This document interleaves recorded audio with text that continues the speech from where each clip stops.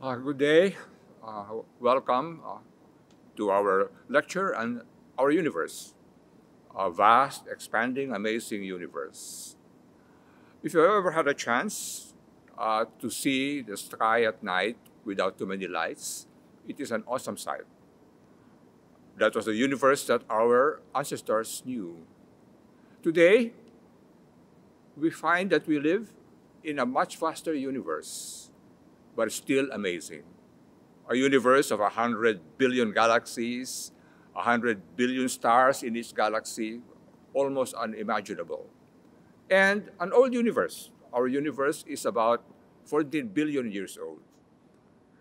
The image that you see is of the universe 1 billion years from the beginning, 13 billion years ago. That is the universe we know today. But just less than 100 years ago, we only knew of a smaller universe. We owe it to Edwin Hubble, astronomer in California, to tell us that we live in a very big universe. There is a picture of him there with his telescope, telling you the technology that revealed to us the universe we know today. You've heard of the Milky Way. You probably have read about Andromeda. Up to 100 years ago, that was the universe that scientists and us, all of us knew. In fact, we thought at that time that Andromeda was just a little cluster of asteroids. And the first astounding discovery of Hubble was to show that Andromeda is actually a galaxy as big as our own. It was quite shocking to the world. The headlines at that time could not quite believe it. That was the beginning of our journey to discovering our amazingly large and expanding universe. But an even bigger surprise was that Hubble showed that our universe was expanding. He was surprised to find that the galaxies and stars were actually moving away from each other. He discovered this because of what is called redshift. The light coming from the distant galaxies were lengthening. The frequencies were lengthening and approaching the red part of the spectrum. Just like if you hear the sound of an ambulance, which is moving away from you, the sound frequencies lengthen and you hear a very low sound. And so, the next big surprise, we live in an expanding universe. Our galaxies and stars are moving away from each other. And so that brings up the question of, did the universe have a beginning? For centuries and centuries, we thought the universe is the way it is today and has always been that way. It's been an unchanging, stable universe. But now, with the question of an expanding universe, you said, well, did it have a beginning? Well, imagine that you had a movie. Imagine that you could have taken a movie of the universe as it was growing. Well, like many movies, you can run it backwards, right? And you see, instead of people running away from each other, you see them coming closer and closer to each other. So if you imagine the movie of the universe expanding over billions of years, and you run it backwards, what would you see? The galaxies and stars coming closer and closer to each other, and finally collapsing into a single point, what we call today the Big Bang. And because you know in your physics about the conservation of energy, all the energy of the universe will be concentrated in that small dot.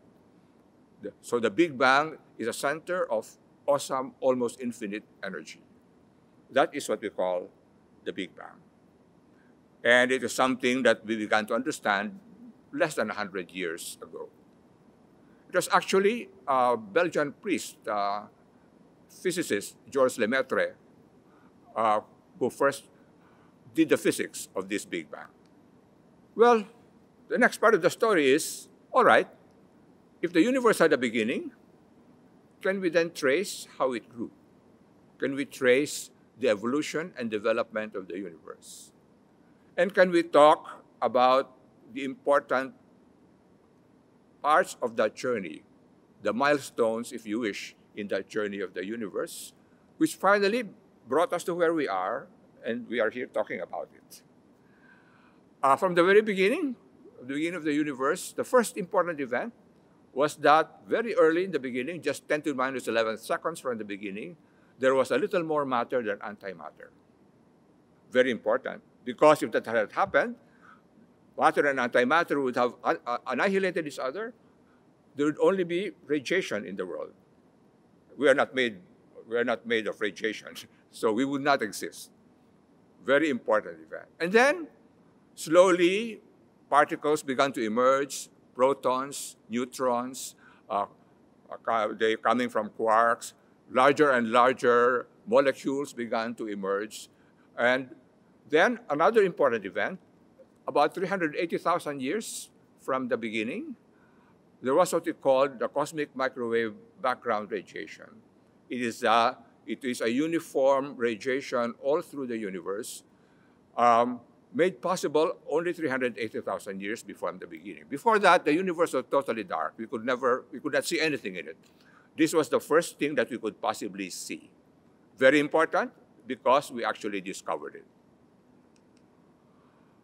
Then from there, very quickly, 300 million years from the beginning, the stars and the galaxies began to form.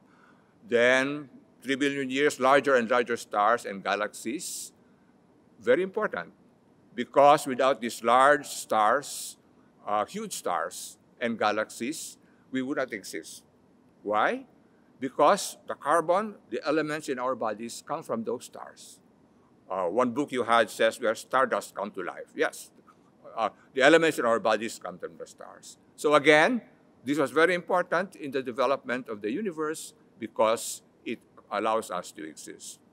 Then finally, 9 billion years from the beginning, less than 5 billion years ago, our solar system, our sun, the planets, including our planet Earth, formed.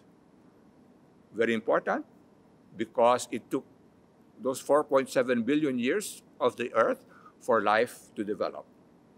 We, Homo sapiens, are only 100,000 years old. If you put the evolution of the universe into 1 year, we would have appeared only in the last 2 minutes.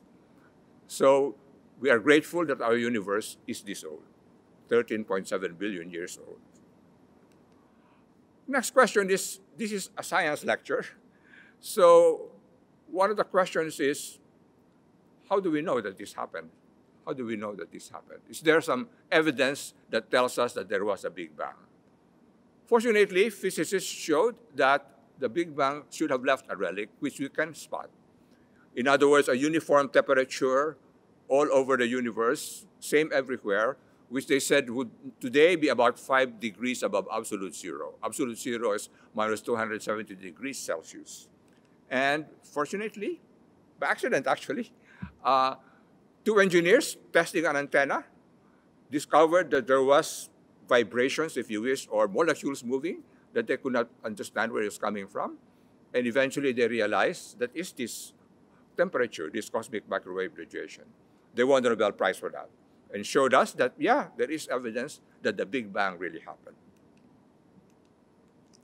The top 3 people to whom we owe what we know today. Albert Einstein, we'll talk a little bit more about him, whose theory really helps us to understand how the universe developed.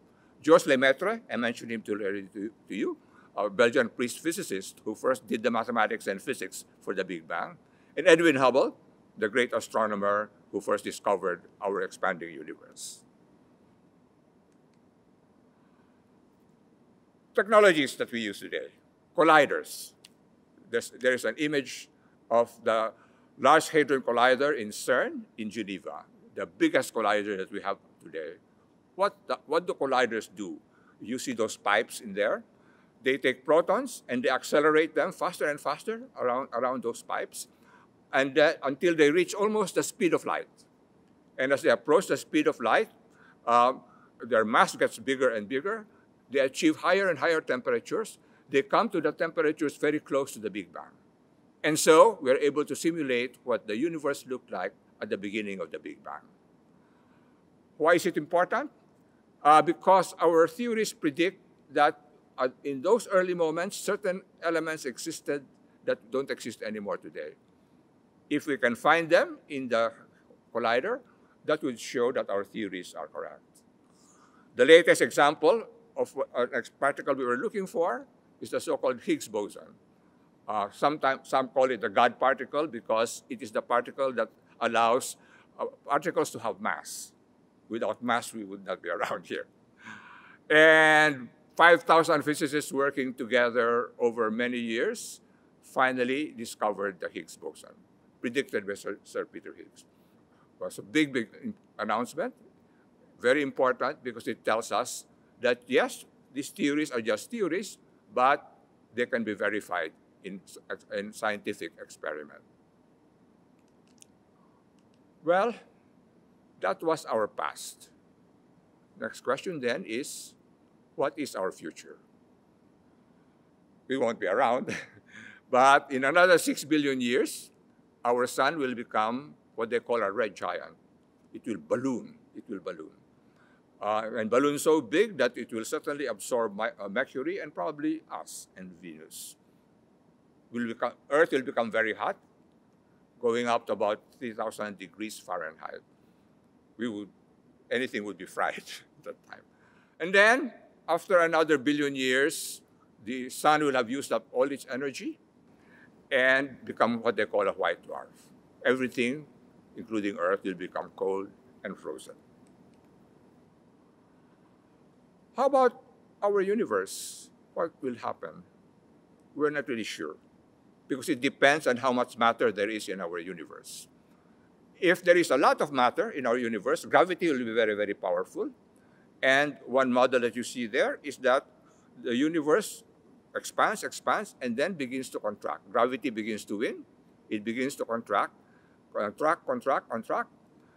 and another Big Bang. Maybe another universe will come out. We don't know. Or if there's just about enough matter, the universe will coast. It will just stay the way it is. Or it will keep expanding and get colder and colder. So scientists talk about a big freeze. The universe will get colder and colder. A heat death, back to the Big Bang. Or it will bounce back and a new universe will emerge. Will it be like our universe? We don't know. It may be a totally different universe with different characteristics. Or it may be another universe just like us. So that's our story of our beginnings, why we exist, and the end of our universe.